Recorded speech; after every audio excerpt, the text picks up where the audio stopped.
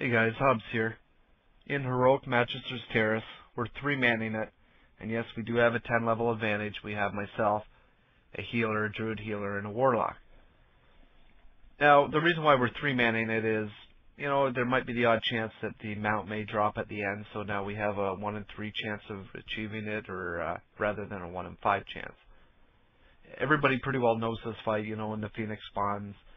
Stay away from the Phoenix. He's got an AoE, which you can plainly see there.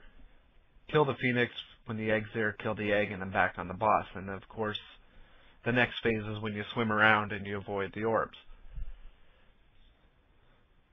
Now that we're done all the heroics at level 80, it's kind of fun now that we can go back and visit these older instances, maybe get some of the achievements that we didn't get during the last expansion. The Ulduar is coming up, which I'm very excited about. I'm going to show a few gear updates this video. Not all of them, but a few of the key items, and through the next few videos I'll get you caught up with what gear I have.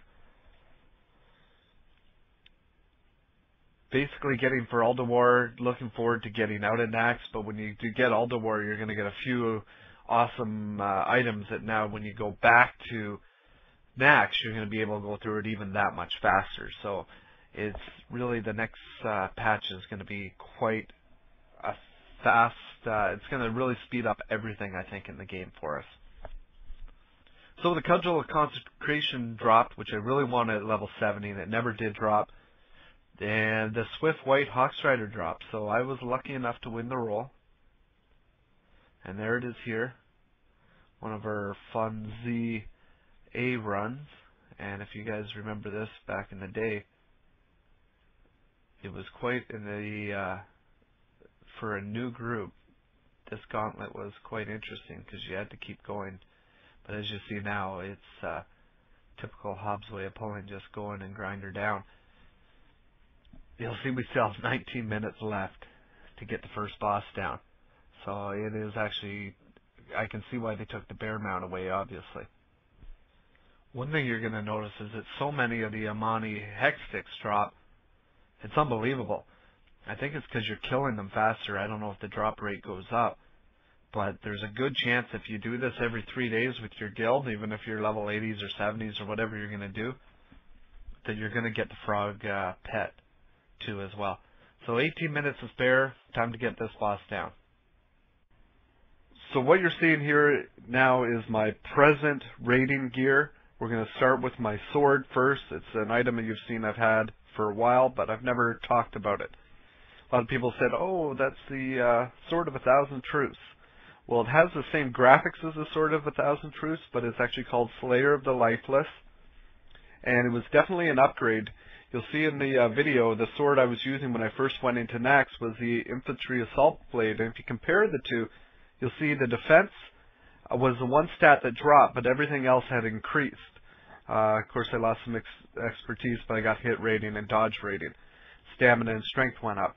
So it was a great upgrade all around. And back when I first went into Nax, I had 27,000 buffed health. So where the sword dropped for me is the second boss, Gothic the Harvester, on the military quarter, Nax. On the light side, we have 3 of our party members, and on this side, we have 7. On that side, we went with a druid tank, Holy Pally, and a hunter, and on this side, we have a lock, 2 death knights, a priest, a mage, and a chamois, and of course, myself as a tank. What basically happens is when they kill them on their light side, you'll see their spirits come up here on the left and right, and they come over here, and then we got to re-kill them. The thing is when the mounted horses on their side come over, then you get 2. You get a horse and an unmounted mob. So we tend to get heavier on the AoE on our side. Plus, keep in mind, a lot of the mobs have AoE, so don't have your party members stand too close, especially some of the ghosts, but half of them are dead by the time they get here, so it's usually not an issue. Gothic the Harvester, I found this was the best place to tank him. We've tried a few different spots for tanking the trash. We tried closer to the door, and we actually ended up pulling 2 horses once, which ended up wiping us. We had it split, I think, 5 and 5 at that point. So after you get everything down, you'll notice he teleported over on the light side. He's going to bounce back and forth between the two, building up a debuff over time. So right now I got to get aggro on me so that he's not focused on my party members. And once I have that, he just bounces back and forth between the living side and the undead side, and then eventually the doors will open.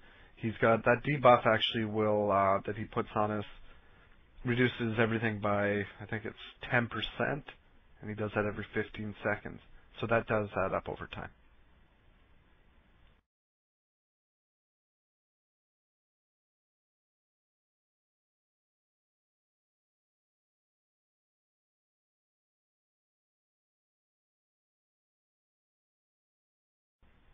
So the second item we're going to look at today is my shield. The shield, the Skull of Ruin, matches graphically with the sword. So, I mean, it's a nice combination to have. I'll probably keep these in my bank forever because I am a pack rat. I did have to put a plus 20 defense rating on it to get the defense up because you'll see it is quite lower than my original Titan Steel Shield wall, which I'm using in this older clip. And Aiden, to my left, he's using the shield that I quickly upgraded to, which was the Royal Crest of Lordaeron. But every time you upgrade, your defense goes down, so you need to have items to make sure that you just don't put on an upgrade and the next thing you know you're sacrificing defense. So it's a balance, and I'll talk more about that in the next video, guys. So where I got the shield was off Grobulus, the second boss in the Construct Quarter. If you notice his hands here, the green aura, that's actually when he drops a poison cloud. He does that approximately every 15 seconds, and then I walk back because the poison cloud is now dropped there, and it basically expands, and anybody in it is going to take like nature damage over time. And it's pretty fast damage over time. I think it's like 2,000 per second. Now, when he hits me with his slime spray, it's going to deal damage, and for every person that gets hit with the slime spray, you're going to find out this fallout slime comes out. What we did was we had everybody make a macro, the off tank and the ranged DPS slash target fallout slime.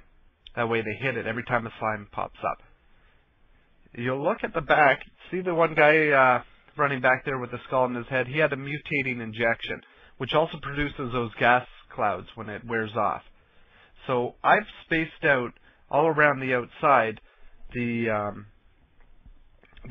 poison clouds, so they drop, the members who actually get this injection on them have to space it out in between. So it's kind of like mowing a lawn. You don't want to have anything in the middle, you know. You put it around the outside. By the time you run right around the room, those poison gas clouds will be gone. This guy here was good enough to run into the other room, drop it. You know, nobody needs that dropped in the middle of the room. So as you tank it around, make sure nobody's in front, because if that slime spray hits more than just a tank, you're going to find that you're going to have more of those fallout slimes to deal with.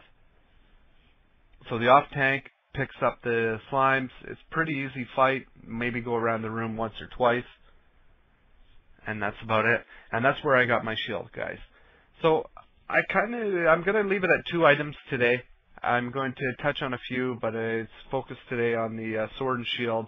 Looked at a mount, and the one other thing I'm going to show here is he actually did drop a DPS belt, but he did drop a healing mace, which is a really nice mace, and I'll show you the graphics on it. I think are awesome because, I mean, it's got a spider on it, and it's got some spider webs hanging off the back and also in the middle. It's definitely a real neat thing to look at. And the nice thing that's coming up in the near future is dual specking, so possibly prot healer, prot DPS. Let me know how you like this video, guys. If you really like it, add it to your favorites. Most importantly, subscribe. You can see my older video there, too, if you want. Click on that if you missed my last video, guys. And also, there's 2 days left. I had a poll on my wowhobbs.blogspot.com on which hairstyle you guys would prefer me to go. It's kind of like losing a bad bet. Unfortunately, I'm going to have to go through whichever one you guys decide. But, you know, I did say I would wear it until Lich King. Till I downed Lich King, which is still a ways off. So, take a look at the blog. If you don't like what you see there for, you know, which ones are selected, well, then you can change it with your vote. You have 2 days. Till next time, guys, I got to go. I got to catch a boat.